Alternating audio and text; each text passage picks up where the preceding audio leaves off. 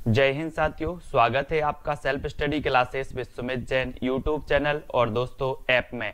दोस्तों बहुत सारे स्टूडेंट को ऐप डाउनलोड नहीं करते बन रहा है या फिर कर भी लिया है तो कोर्स भी नहीं देख पा रहे हैं। तो मैं आज उनको बता दूं कि ये जो सेल्फ स्टडी क्लासेस इस प्रकार से जब आप प्ले स्टोर से करते हैं तो ये आपका वेल जो है आइकन उसमें लगा हुआ है ना। तो इस प्रकार से सेल्फ स्टडी क्लासेस आपको सर्च करना है और ऐसे आइकन में आपको ऐप मिलने वाला है। ठीक है, तो दोस्तों हम देखें कि प्ले स्टोर में आपको इस प्रकार से दिखेगा ये सेल्फ स्टडी क्लासेस। ठीक है, ये प्ले स्टोर में आपको सेल्फ स्टडी क्लासेस का ऐप दिखने वाला है। ठीक है, ये इमेज उसमें डली है, ये आइकन, ये लोगो उसमें डला है। ठीक है, अब दोस्तों इसको इंस्टॉल करना है, यहां से आप इंस्टॉल करेंगे। ठीक है, अब इंस्टॉल करेंगे तो वहां पर आपको नंबर मांगेगा, जीमेल नंबर मांगेगा, तो आपको ओटीपी आएगा, तो आप रजिस्टर करके आगे बढ़ेंगे। दोस्तों आप हिंदी साहित्य के स्टूडेंट हैं और ऐसे एग्जाम की तैयारी कर रहे हैं जिनमें हिंदी साहित्य पूछा जाता है, जैसे नेट एग्जाम है, पीजीटी है, RPSC, LT grade, TET exam, कोई भी एग्जाम की तैयारी कर रहे हैं, self study classes YouTube channel से जुड़े, जहां पर आपको ऐसी ट्रिक बताई जाती है दोस्तों कि आप कभी भूल ही नहीं सकते। कोई भी प्रश्न हो, रचनाएं हो, कवि हो, कुछ भी हो, आपको अनोखी ट्रिक बताई जाती है। तो पूरा वीडियो आपको जरूर देखना है और वीडियो को लाइक और शेयर जरूर करना है। रोज 9:30 बजे, सुबह 9:30 बजे टिर्की वीडियो का, टिर्की हिंदी साहित्य वीडियो आता है आपके पास, तो देखना ना भूलें रोज। आपका आज का पहला प्रश्न है दोस्तों, सबसे पहले हम आपको टेस्ट करवाएंगे और फिर आपको ट्रिक से याद भी करवाएंगे। तो आपका पहला प्रश्न है कि तुलसीदास की काव्य कला की सबसे मधुरतम अभिव्यक्ति कौन सी है। 4 विकल्प हैं। तुलसीदास जी को आप जानते हैं दोस्तों, राम भक्ति धारा के श्रेष्ठ कवि तुलसीदास, जिनके गुरु का नाम था नरहरिदास। ठीक है, आपको पता है। और तुलसीदास की जो प्रमाणिक कृतियां मानी जाती हैं वो कितनी कृतियां मानी जाती हैं? 12। ठीक है, 12 मानी जाती हैं। उन सभी में से जो सबसे प्रसिद्ध और मधुरतम अभिव्यक्ति है वो कौन सी है, यहां पर बताना है। आपने वो पढ़ा होगा कि चित्रकूट के घाट में भई संतन की भीड़ और तुलसीदास चंदन के से तिलक देत रघुबीर। दोस्तों आपको पता होगा, आपने बिल्कुल सही आंसर बताया, गीतावली। सबसे मधुरतम अभिव्यक्ति क्या हो, अभिव्यक्ति क्या है दोस्तों? ने गीत गाए हैं, किसके? श्री राम की भक्ति के गीत गाए हैं। तो सबसे मधुरतम अभिव्यक्ति कौन सी होगी? गीत, मतलब गीतावली। ठीक है, याद रख लेना। इनकी रामचरितमानस रचना बहुत ही प्रसिद्ध है दोस्तों, सर्वाधिक टीकाएं लिखी गई रामचरितमानस की। और ये महाकाव्य है, किस भाषा का महाकाव्य है? तो अवधी भाषा का महाकाव्य है। ठीक है, विनय पत्रिका की बात करें और कवितावली की बात करें तो ये रचनाएं दोस्तों ब्रज भाषा में लिखित हैं। कौन सी भाषा में लिखित हैं? ब्रज भाषा। ठीक है, तो इनको भी आपको याद रखनी है। अगला क्वेश्चन आपसे पूछा जाता है, शिवराज भूषण की रचनाकार कौन है? 4 विकल्प हैं आपके सामने, 2 सेकंड आपको दिए जाएंगे और ट्रिक भी, फनी ट्रिक बताई जाएगी आपको। दोस्तों जब तक मैं आपको बता दूं कि जो शिवराज भूषण ग्रंथ है, इसमें अलंकारों की जो संख्या बताई गई है वो 105 अलंकारों की संख्या बताई गई है। याद रख लेना, कितने अलंकार आपसे क्वेश्चन पूछा जाएगा कि निम्न में से बताइए किस रचना में 105 अलंकारों की चर्चा हुई है, या 105 अलंकारों की चर्चा किस रचना में हुई है? तो आपका उत्तर होगा शिवराज भूषण में। ठीक है, और शिवराज भूषण के रचनाकार कौन है? तो आपको पता है, भूषण लगा है तो भूषण, है ना, याद रखना। और दोस्तों काव्य निर्णय, काव्य निर्णय एक रचना है, बहुत ही प्रसिद्ध रचना है भिखारी दास की। ठीक है, ये चीज भी आपको याद रखनी है।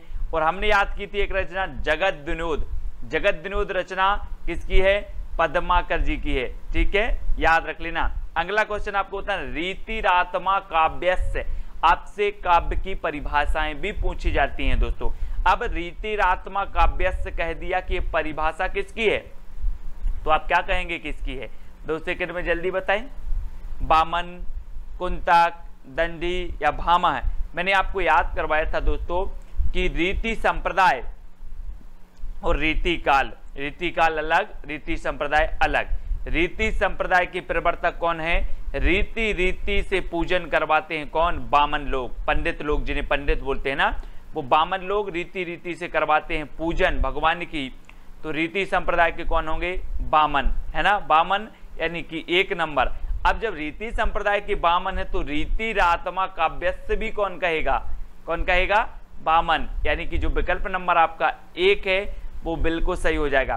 आपसे पूछा जाता है दोस्तों वक्रोक्ति संप्रदाय के प्रवर्तक कौन है, तो आप बोलते हो कि सर आप जो वक्रते हो वो हमारे कान तक पहुंचता है, जो आप वक्रते हो वो हमारे कान तक पहुंचता है, तो कुंतक वक्रोक्ति संप्रदाय के। ठीक है, अब आप कहोगे दोस्तों अलंकार संप्रदाय के कौन है, तो अलंकार संप्रदाय के भामह है, और आप बताते हो दोस्तों कि वो विभिन्न प्रकार के अलंकार करता है, सोने की चैन पहनता है, बड़े बड़े जेवर पहनता है, वो तो क्या है, भामाशाह है, भामाशाह। तो अलंकार संप्रदाय अलंकार कौन करता है, भामाशाह है, बहुत अलंकार करते हैं, तो भामा है अलंकार संप्रदाय के।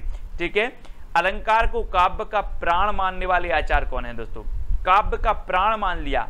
प्राण ऐसा शब्द जो हमेशा बहुवचन में प्रयोग होता है, प्राण, बोले प्राण निकल गए प्राण, तो अलंकार को काव्य का प्राण मानने वाले जो हैं वो कौन है।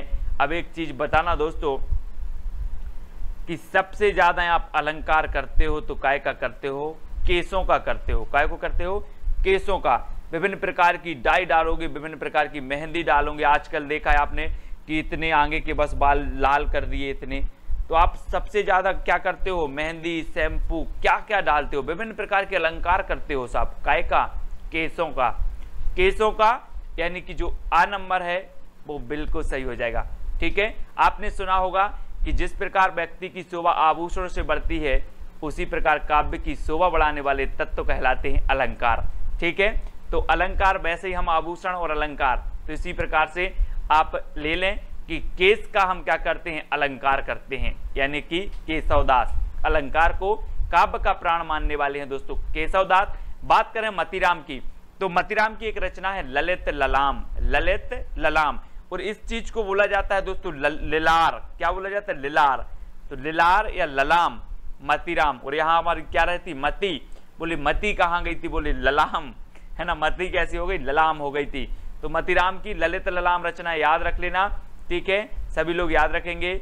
और अगली देख लेते हैं, रीतिकालीन राष्ट्रीय कवि कौन है। रीतिकालीन दोस्तों, रीतिकाल आपने पढ़ा होगा, है ना, पूर्व मध्यकाल और उत्तर मध्यकाल। तो उत्तर मध्यकाल को क्या कहा जाता है, रीतिकाल कहा जाता है। ठीक है, अब रीतिकाल के राष्ट्रीय कवि कौन है, तो आपने रीतिकाल पढ़ा होगा, और रीतिकाल में एक ही कवि आपको दिखता है जो वीर रसपूर्ण रचनाएं करता है, वो कवि कौन है, भूषण, जिनका वास्तविक नाम क्या है, घनश्याम। घनश्याम को भूषण की उपाधि दी गई थी।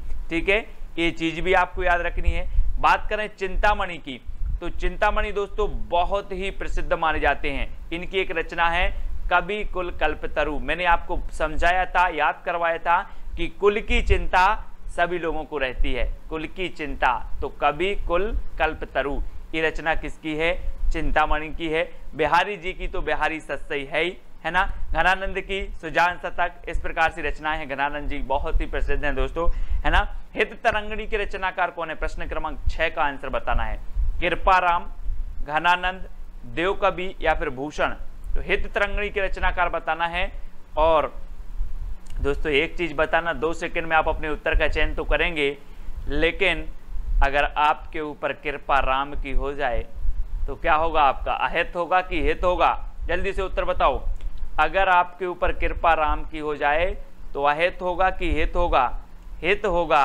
तो हित तरंगिणी जो रचना होगी वो किसकी होगी, कृपा राम की, क्योंकि कृपा राम की हो गई तो हित ही होगा साहब।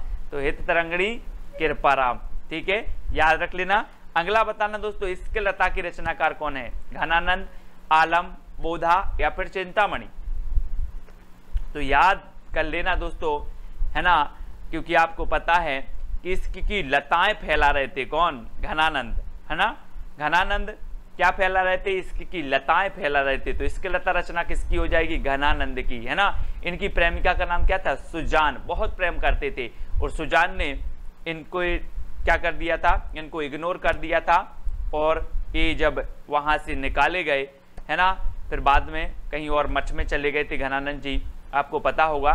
फिर इसके लता की रचनाकार आपको याद रखना है, घनानंद है, ठीक है, याद रखना है। और आलम की जो माधवानल कामकंदला है, ये कौन सी भाषा में लिखी गई, अवधी भाषा में लिखी गई, है ना। ये चीज भी हमने आपको बताया था, और है ना, याद रख लेना इसको। अगला है दोस्तों अंगद दर्पण। अंगद दर्पण की रचनाकार कौन है, सॉरी अंग दर्पण, अंगद नहीं, अंग दर्पण। रसलीन है, सेनापति हैं, मतीराम या फिर कृपाराम हैं। तो एक चीज बताना दोस्तों, आजकल के जो किशोर होते ना, किशोर किशोरियां होती हैं, वो दर्पण में अपने अंग देख देख के बड़ा रस लेते हैं, मैं कितना सुंदर हूं। दिन में कम से कम 10 से 15 बार तो दर्पण देखते हैं, है ना। तो अंग दर्पण में देख देख क्या लेते हैं, रस लेते हैं। तो अंग दर्पण की रचनाकार रसलीन, अंग दर्पण की रचनाकार रसलीन। इस प्रकार से याद करना कि अंग दर्पण में देख करके रस लेते हैं तो रसलीन, है ना, याद करेंगे। और दोस्तों एक रचना है सेनापति जी की, कौन सी है, जल्दी से आपको बताना है। काव्य रत्नाकर ऐसे करके है सेनापति की, बहुत बढ़िया रचना है ना, वो आप याद रख लेना और बता देना कमेंट में कौन सी है, मुझे याद नहीं आ रही। रामचरितमानस को छोड़कर सर्वाधिक जो टीकाएं किस ग्रंथ पर लिखी गई, रामचरितमानस को छोड़कर सर्वाधिक टीकाएं किस ग्रंथ पर लिखी गई दोस्तों। सर्वाधिक टीकाएं अगर आज किसी रचना की लिखी गई, किसी ग्रंथ की लिखी गई, तो वो लिखी गई रामचरितमानस की। उसके बाद किसी की लिखी गई तो किसकी लिखी गई, बिहारी सतसई की। ठीक है, ये चीज आपको याद रखनी है। और बिहारी सतसई बिहारी जी की रचना है। ठीक है, बीजक तो आपको पता ही है, कबीरदास जी की है ना। पद्मावत इनकी मलिक मोहम्मद जायसी की पद्मावत है ना। सूरसागर आपको पता है सूरदास जी की है ना। तो ये सारी रचनाएं आपको याद भी करनी है। घनानंद को साक्षात रस मूर्ति किसने कहा है, जी हाँ दोस्तों, आपको पता है बहुत रस ले रहे थे घनानंद सुजान का, है ना, आनंद ले रहे थे, बहुत दरबार में संगीत हो रहा है उसका रस ले रहे थे, और घनानंद जी को साक्षात रसमूर्ति कह दिया साहब। किसने कह दिया, आप कौन है ऐसे जो कहेंगे, तो वो कहेंगे, है ना, क्या कहेंगे, रामचंद्र शुक्ल जी कहेंगे इन्हें, घनानंद को साक्षात रसमूर्ति रामचंद्र शुक्ल ने कहा है। यानी कि आपका जो विकल्प नंबर ए है वो बिल्कुल सही हो जाएगा। ठीक है, अगला क्वेश्चन देख लो दोस्तों, जयशंकर प्रसाद का जन्म कब हुआ था। अब मैं आपको जन्म भी याद करवाऊंगा दोस्तों। आप जन्म और जीवन परिचय जैसे याद करते हो, अब देखना कैसे याद होता है आपको। 4 विकल्प हैं, 4 में से आप चयन करके 2 सेकंड में उत्तर बताएंगे। फिर मैं आपको बता रहा हूं कि यहां पर जो चित्र में है वो क्या कर रहा है, शंकर जी का शीश नवा रहा है, शीश नवा रहा है। तो नवा रहा है तो किसका शीश नवा रहा है, शंकर जी का शीश नवा रहा है। तो नवा रहा है तो नवासी, नवा रहा है तो नवासी किसका, शंकर जी का, 1889 नवा रहा है। बोले अब कभी नहीं बोलोगे आप, है ना, जयशंकर की बात आ रही, बोले शंकर जी का शीश नवा रहा है ना, शीश नवाते हैं तो नवासी। ठीक है, नवाते हैं तो नवासी, है ना, याद रख लेना। और आप भी शीश नवा लेना इस प्रकार से शंकर जी का। तो आ नंबर जो है आपका बिल्कुल सही हो जाएगा, है ना। अगला क्वेश्चन आपको बताना, मुकुटधर पांडे का जन्म हुआ था तो कब हुआ था दोस्तों। ये मुकुट रखा है, मुकुट, और ये मुकुट कितने का है पता है, कितने का है, 95 का है। कितने का है आपको पता है दोस्तों। छायावाद के प्रवर्तक ये भी माने जाते हैं, पंत को नंद दुलारी वाजपेयी ने माना छायावाद का प्रवर्तक, है ना। जयशंकर प्रसाद को ईलाचंद्र जोशी ने माना छायावाद का प्रवर्तक। और मुकुटधर पांडे की जन्म की बात आती है तो ये मुकुट है, और मुकुट कितने रुपए का है, 95 रुपए का, 95 रुपए का है। तो मुकुटधर पांडे का जो जन्म होगा वो कब होगा, 1895 से 1984, ये इनका जन्म है। मैं आपको पूरे जन्म याद करवा दूंगा, जन्म काल, है ना। तो आपने जयशंकर प्रसाद की, शंकर जी के सामने हम शीश नवाते हैं तो नवासी, और मुकुट कितने का है, 95 का, तो 1895 में इनका जन्म हुआ था। ठीक है, अब आपको अबला जीवन हाय तुम्हारी यही कहानी, आंचल में है दूध और आंखों में पानी। ये पंक्ति किसकी है दोस्तों, बहुत ही प्रसिद्ध पंक्ति है। और यशोधरा जो कि खंड काव्य है ना, खंड काव्यात्मक महाकाव्य कृति है यशोधरा, और बहुत ही बढ़िया है दोस्तों, है ना। मैथिली शरण गुप्त की रचना है। तो याद रख लेना, ये पंक्ति हमेशा पूछी जाती है कि अबला जीवन हाय तुम्हारी यही कहानी, और है ना, आंचल में है दूध और आंखों में पानी। बहुत ही बढ़िया पंक्ति है राष्ट्रकवि मैथिली शरण गुप्त जी की, है ना। साकेत भी इनकी रचना है, साकेत जिसमें 12 सर्ग हैं दोस्तों। भारत भारती इनकी रचना है, प्रसिद्ध है। ठीक है, गुप्त जी के बारे में आपको याद रख लेना है, बहुत ही प्रसिद्ध है ना। और राम नरेश त्रिपाठी की मानसी एक रचना पूछी जाती है, मानसी रचना किसकी है, तो राम नरेश त्रिपाठी जी की है। महावीर प्रसाद द्विवेदी के बारे में बताना तो आपके लिए, इनका परिचय बताना कोई बड़ी बात नहीं, सभी जानते हैं, है ना। और प्रसाद जी, तो प्रसाद जी हैं, है ना, याद रख लेना। अगला बताना दोस्तों, मिट्टी के बारात की रचनाकार कौन है। अब आपको 4 विकल्प हैं चित्र में, यहाँ पर देखो भूतूत दिए हैं। अब डर नहीं जाना आप लोग, बोले सर ये क्या लेके आ गए भूतूत। भूतूत नहीं, मैं आपको बता रहा हूँ कि मिट्टी की बारात की रचनाकार कौन है। तो कौन है दोस्तों, आपको पता है कि जब शिव जी की बारात निकली तो बहुत सारे क्या आए थे कि शिव बोले आगे पीछे नाचे भूत। भूत नाच रहे थे, कैसे नाच रहे थे, मिट्टी इट्टी के लपेड़ लपेड़ के नाच रहे थे। बोले ये क्या, मिट्टी की बारात आ गई। ये लोगों ने देखा और बोला मिट्टी की बारात आ गई। बोले नहीं नहीं, ये तो शिव जी की बारात। अरे के पीछे देखो जरा, तो सब मिट्टी इट्टी भभूत अभूत लगाए थे। तो मिट्टी की बारात, शिव मंगल से सुमन, क्योंकि शिव जी की बारात में सब मिट्टी इट्टी लगा के यानी कि भभूत लगा के गए थे। कौन, ये भूतूत, है ना, बहुत सारे। तो याद रख लेना है दोस्तों, शिव मंगल से सुमन की रचना है मिट्टी की बारात। अब आप कभी नहीं बोलोगे, चित्र में थोड़ा सा अच्छे से देख लेना, है ना। और अगला बताना है आपको, राहों के अन्वेषी किसे कहा जाता है। 4 विकल्प है, तार सप्तक के कवियों को, स्वच्छंदतावादी कवियों को, छायावादी कवियों को, या हालावादी कवियों को। बहुत ही बढ़िया है दोस्तों, है ना। आपको पता है कि राहों का अन्वेषी, राहों का अन्वेषी यानी कि जो राहों का अन्वेषी बन गया है वो क्या करेगा, अब आपको तार देगा। बोले आप हमारे राहों के अन्वेषी बन जाओ।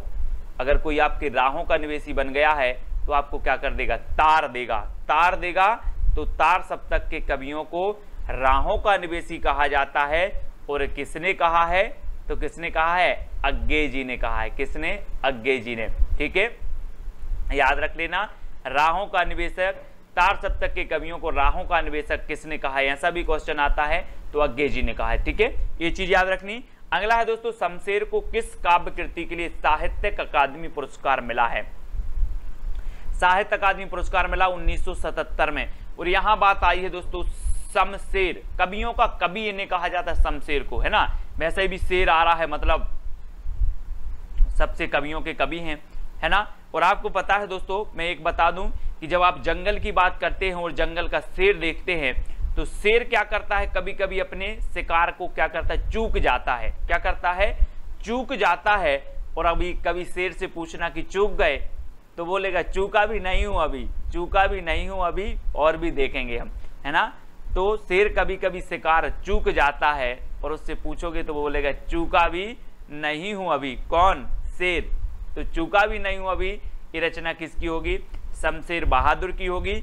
और इसे कब मिलेगा साहित्य अकादमी पुरस्कार, 1977 में, क्योंकि साथ साथ दौड़ रहे थे, साथ साथ दौड़ रहे थे शेर और शिकार, साथ साथ दौड़ रहे थे शेर, चूक गया। तो चूका भी नहीं हूं अभी, है ना, साथ साथ यानी 1977 में इसे साहित्य अकादमी पुरस्कार मिला था।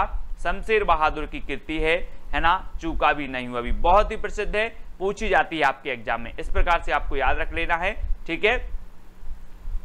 अगला क्वेश्चन बताना दोस्तों, समय देवता कविता किसकी है। समय देवता, आपने बोला कि समय समय अच्छा नहीं चल रहा यार, समय ऐसा चल रहा है, समय वैसा चल रहा है, समय ये करवाता है, बोलते ना।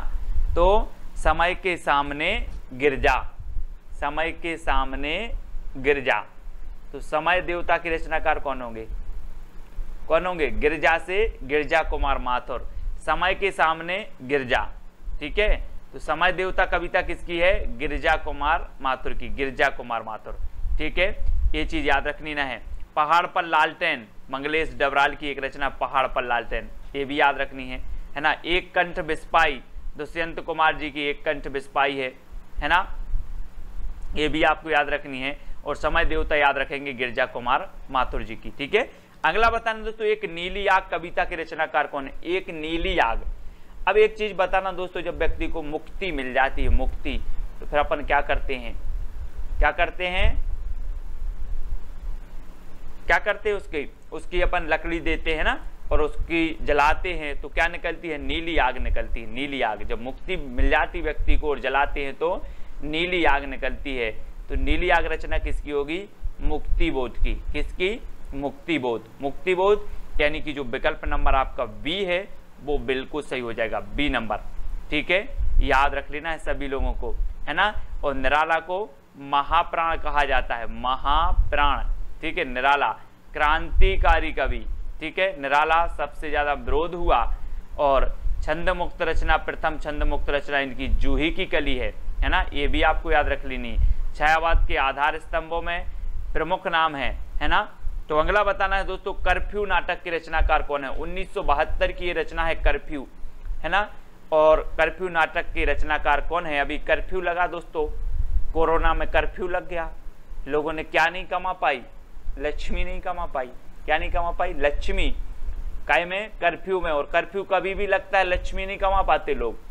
तो लक्ष्मी नारायण लाल, कर्फ्यू नाटक किसका होगा, लक्ष्मी नारायण लाल। बोले लक्ष्मी, कर्फ्यू में लक्ष्मी नहीं कमा पाते, तो लक्ष्मी नारायण लाल, यानी कि जो विकल्प नंबर आपका ए है वो बिल्कुल सही हो जाएगा, है ना। कल एक रचना अपन ने याद करी थी दोस्तों, कोर्ट मार्शल। कौन सी याद करी थी, कोर्ट मार्शल। तो कोर्ट जाना है तो स्वदेश के कोर्ट जाना है, स्वदेश के कोर्ट जाना है। और वृंदावन लाल वर्मा ऐतिहासिक उपन्यासकार माने जाते हैं।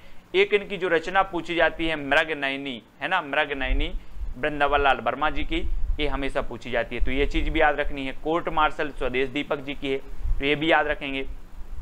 और कर्फ्यू तो है ही, कर्फ्यू में क्या नहीं कमा पाते, लक्ष्मी नहीं कमा पाते, तो लक्ष्मी नारायण लाल। अगला बताना दोस्तों, खूबसूरत बहू नाटक के रचनाकार कौन है। खूबसूरत बहू नाग बोडस, बाल मुकुंद गुप्त, शीतला प्रसाद त्रिपाठी या राजा लक्ष्मण सिंह। तो आप कभी बोलोगे कि खूबसूरत बहू को काय ने डस लिया, नांग ने डस लिया। चित्र में देखो, खूबसूरत बहू को नांग ने डस लिया, तो खूबसूरत बहू नाटक के रचनाकार कौन होंगे, नांग बोडस। कौन होंगे, नांग बोडस, क्योंकि खूबसूरत बहू को किसने डस लिया, नांग ने, तो नांग बोडस। यानी कि जो ए नंबर है वो बिल्कुल सही हो जाएगा, ए नंबर, ठीक है। सभी लोग याद रखेंगे। और एक जानकी मंगल है, शीतला प्रसाद त्रिपाठी जी का नाटक है ना। अभिनीत नाटक माना जाता है, भारतेंदु जी ने इसमें अभिनय किया था, है ना। ये चीज भी आपको याद रख लेनी। और राजा लक्ष्मण से आप याद आता है दोस्तों कि इनने प्रजा हितैषी पत्र निकाला था 1955 में, है ना, 1855 में प्रजा हितैषी राजा लक्ष्मण सेन, है ना। 1854 में जो आपका प्रथम दैनिक समाचार पत्र समाचार सुधावर्षण आया था, है ना, ये चीज भी याद रखनी है। 1826 में तो आपका उदंत मार्तंड आया था, है ना। बहुत बढ़िया। तो दोस्तों यहाँ पर अपने 20 प्रश्न कंप्लीट होते हैं। अब आपको कितने याद हुए हैं, है ना, कैसी ट्रिक लगी है, कौन सी ट्रिक सबसे अच्छी लगी है, वो भी आप बता सकते हो। और दोस्तों आपका जो चैलेंज प्रश्न है वो क्या है, प्लेग की चुड़ैल कहानी किसकी है। प्लेग की चुड़ैल कल भी हमने याद करवाई थी रचना, है ना। तो प्लेग की चुड़ैल कहानी किसकी रचना है, ये आपको चैलेंज प्रश्न दिया जाता है। हर व्यक्ति को चैलेंज स्वीकार करके कमेंट में लिखना है कि प्लेग की चुड़ैल के जो रचनाकार हैं वो कौन है। जितना आप लिखते हो, जितना अच्छा लगते हो, है ना, और इसके बारे में क्या जानते हो वो भी आप लिख सकते हो, ठीक है। जो जितना लिखता है उसको उतना ही याद होता है दोस्तों, ठीक है। तो लिखा करें, है ना। और दोस्तों पिछले प्रश्न का जो आपका उत्तर होगा वो क्या होगा, क्या भूलूं क्या याद करूं। ये क्या है, हरिवंश राय बच्चन जी की आत्मकथा है। और दोस्तों बहुत ही प्रसिद्ध है, क्या भूलूं क्या याद करूं, कई बार पूछी गई है ना। तो इसका काव्य रूप पूछा था, तो क्या है, ये आत्मकथा है। बहुत सारे लोगों ने बिल्कुल सही आंसर बताए हैं, ठीक है। अब दोस्तों जो भी साथी टेलीग्राम ग्रुप से नहीं जुड़े हैं वो टेलीग्राम ग्रुप से जुड़ जाएं। टेलीग्राम ग्रुप से जुड़ने के लिए दोस्तों आपको क्या करना है, सर्च करना है IAS स्टडी ट्रैक और ज्वाइन हो जाना है। साथ ही व्हाट्सएप से आपको जुड़ना है हिंदी साहित्य के, तो आपको सर्च करना है व्हाट्सएप पे 9098609291, इस पर मैसेज करना है और ऐड हो जाना है, ठीक है। तो सभी लोग वीडियो को लाइक करके शेयर अवश्य करेंगे दोस्तों। आज के वीडियो के लिए बस इतना ही। जय हिंद। दोस्तों बहुत सारे स्टूडेंट को ऐप डाउनलोड नहीं करते बन रहा है, या फिर कर भी लिया है तो कोर्स भी नहीं देख पा रहे हैं। तो मैं आज उनको बता दूं कि ये जो सेल्फ स्टडी क्लासेस इस प्रकार से जब आप प्ले स्टोर से करते हैं तो ये आपका जो है आइकन उसमें लगा हुआ है ना। तो इस प्रकार से सेल्फ स्टडी क्लासेस आपको सर्च करना है और ऐसे आइकन में आपको ऐप मिलने वाला है, ठीक है। तो दोस्तों हम देखें कि प्ले स्टोर में आपको इस प्रकार से दिखेगा ये सेल्फ स्टडी क्लासेस, ठीक है। ये प्ले स्टोर में आपको सेल्फ स्टडी क्लासेस का ऐप दिखने वाला है, ठीक है। ये इमेज उसमें डली है, ये आइकन, ये लोगो उसमें डला है, ठीक है। अब दोस्तों इसको इंस्टॉल करना है, यहां से आप इंस्टॉल करेंगे। ठीक है, अब इंस्टॉल करेंगे तो वहां पर आपको नंबर मांगेगा, जीमेल नंबर मांगेगा, तो आपको ओटीपी आएगा, तो आप रजिस्टर करके आगे बढ़ेंगे।